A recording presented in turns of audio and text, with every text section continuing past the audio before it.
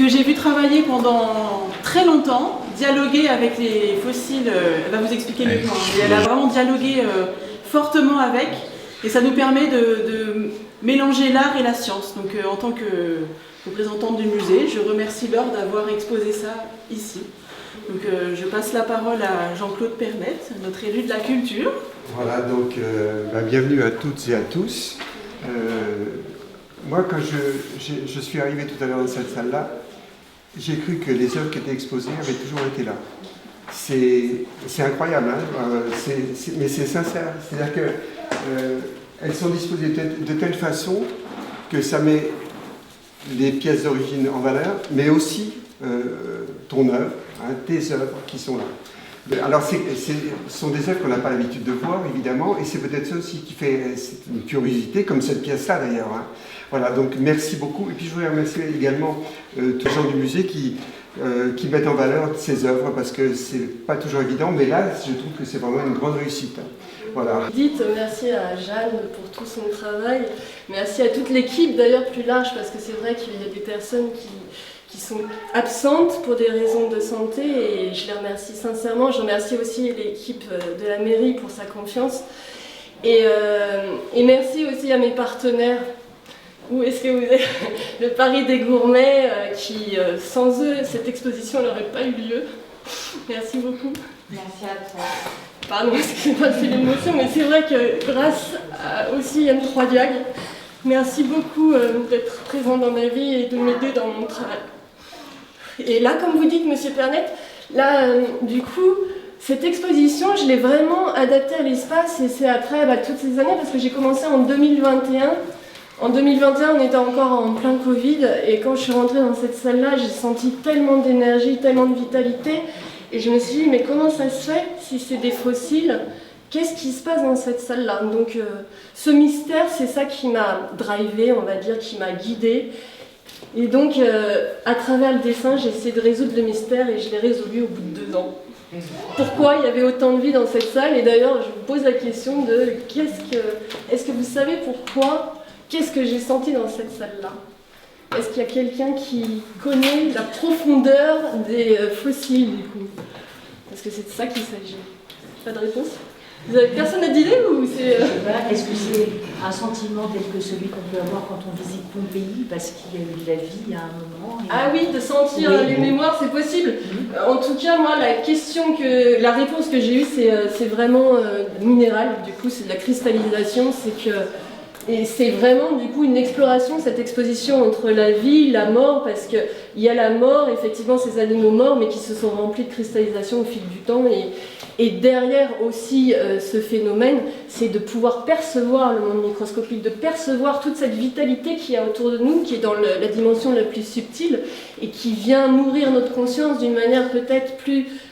c'est des questions, est-ce que ça ne vient pas nourrir notre conscience de manière plus riche que la matérialité pure? Parce que si je m'étais arrêtée à la forme, jamais j'aurais senti cette vie. Je suis allée plus profond, et au final, toute cette exposition montre l'exploration vers cette profondeur et de retrouver le monde microscopique. Et l'art contemporain, c'est vraiment la spécificité, c'est de toujours bien étudier le lieu, de faire des recherches. C'est pour ça que vous avez un marteau de géologie, de faire ressortir et comme d'ailleurs le titre de l'exposition, rapatriement des fossiles, rapatriement de ce qui est à l'extérieur, rapatriement aussi des disciplines, car j'ai vu dans cette salle la réunion de la science. Et si on s'intéresse à l'historique du musée, là on a l'école de dessin, on a la dimension religieuse aussi, la toute première dimension, je crois qu'elle est un peu religieuse. COVID, plus après ça devient une institution publique avec la mairie. Donc ici il y a toutes les disciplines qui sont réunies, c'est aussi que j'ai voulu symboliser par le titre Rapatriement. Et toute la série, elle s'appelle Trajectoire, parce qu'il y avait rechercher le mystère des ammonites, mais il y avait aussi continuer mon travail artistique que je faisais, que j'ai établi par étapes, et j'ai créé un parcours dans plusieurs dimensions, la dimension du microscopique, la dimension cosmique et la dimension du physique. Et donc là, c'est la trajectoire dans sa dimension 2, qui est la plus matérielle et la plus physique, on va dire. Voilà. Et donc, du coup, toute cette série, je l'ai rapatriée aussi dans mon travail. Et ça appartient à la trajectoire de mon travail. Ou si vous avez des réflexions. Et toute la perspective qui a été créée, c'est qu'à un moment, je me suis tellement adaptée, je me suis dit, mais là, c'est pas possible de s'adapter autant, on est quand même une artiste, et il faut créer une perspective artistique. Et du coup, à partir du deuxième podium, vous avez un décadrage qui se fait. Décadrage que je trouve peut-être essentiel à se demander, est-ce qu'il n'est pas nécessaire de remettre en question certains cadres, de remettre en question notre positionnement, parce que là, on est dans une époque qui est assez particulière, et d'ailleurs, les fossiles sont le témoin de ces différentes ères qu'il y a eu. Je ne sais pas si vous remarquez les changements brusques de température, les fleurs de saison qui sont déboussolées, on retrouve des fleurs de printemps qui arrivent en novembre, bref.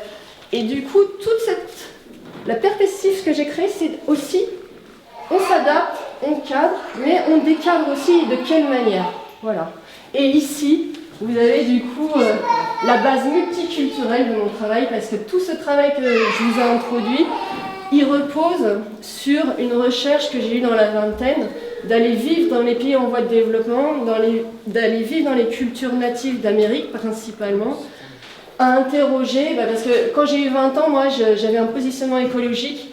Dès que j'étais adulte, je me suis rendu compte qu'on créait des désastres écologiques, qu'on ne respectait pas d'autres cultures. Et avec ma sensibilité, je me suis dit, je veux connaître l'autre, je veux savoir et surtout avoir un positionnement écologique. Donc voilà, c'est un peu le symbole de ma base artistique avec cette petite structure. Et là, au final, c'est tous les morceaux de cadre qui sont arrivés, que j'ai fait. Et c'est vraiment une structure éphémère, si vous lui donnez un coup, elle peut tomber. Et c'est pour dire qu'on peut peut-être créer, à partir des cadres existants, peut-être créer d'autres structures. Alors avec sa fragilité, peut-être éphémère, mais au moins essayer de construire d'autres choses. Voilà, ça symbolise ça. Avec le tissage, ça vous verrez toujours dans mes expositions, le tissage de la lettre M. Alors là, on ne le voit pas tout à fait. Mais ça, c'est des partenariats que j'engage avec les artistes d'autres pays en voie de développement. J'essaye de créer des partenariats d'équilibre, de transmettre notre richesse vers ces pays-là. Bon, il faudrait que je vende peut-être plus. Ça me permettrait de leur donner plus de pourcentage, mais voilà. Et est-ce que vous avez des questions? Je ne sais pas si j'ai été claire ou... Il y a mon parcours qui est là-bas et vraiment, vous n'hésitez pas à venir échanger avec moi. Les alvéoles, ça représente quoi?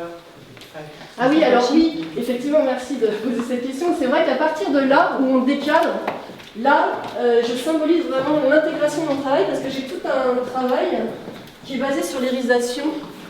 Mais bon, je ne vais pas rentrer là-dedans, mais je vous invite vraiment à regarder mon site internet.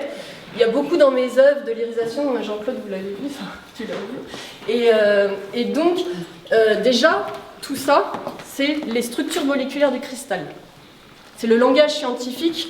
J'ai fait une recherche, quand j'ai su qu'il y avait plein de cristaux dans les ammonites, j'ai fait la recherche et il y a 4 structures moléculaires du cristal et je les ai symbolisées ici. Alors là, c'est vraiment le pur langage scientifique tel qu'il le représente. Et le fait de mettre des points et des cercles, là, on retrouve tout mon travail. Et vraiment, si vous allez sur mon site internet, l'étape 4, l'étape 5, vous allez voir ce symbole qui revient. Et du coup, entre toutes les étapes, ça s'imbrique, ça permet des pistes de réflexion. Mais là, je vous résume 20 années de recherche et de travail. En plus de ces 20 années, il y a eu ces expériences multiculturelles internationales. Ça, c'est vraiment ma particularité. En tant qu'artiste, j'ai voulu compléter mon master en art et ramener les cultures, voir ce qu'elles avaient à nous dire. Parce que c'est vrai qu'avec la globalisation, il y a beaucoup de choses qui disparaissent. Et les mémoires natives, on les a en nous, il faut les réveiller, je pense. Quand je parle de mémoire native, c'est vraiment cette connaissance de l'humain avec son environnement naturel dans toutes ses dimensions, c'est ce que je vous disais. L'Occident divise les choses, on laisse l'étude du monde microscopique à la science, alors qu'il y a d'autres cultures, ils l'intègrent dans l'éducation des enfants. Et je vais terminer par une phrase, une question de Schrödinger, un scientifique, je ne sais pas si vous connaissez, Erwin Schrödinger, qui est quand même à la base de la physique quantique, et il a posé une question, quelle serait la société, quelle serait notre conscience si on pouvait sentir les vibrations de l'atome? Ah oui. Voilà. 25 ans de méditation pour en venir là, et d'ailleurs, on va voir si les dates sont accordées, mais il y aura peut-être une performance autour des techniques de respiration que j'ai fait, qui m'ont permis de dessiner, parce que tous ces dessins, il y a un processus de création, de méditation et de respiration assez important pour vous révéler tout ça.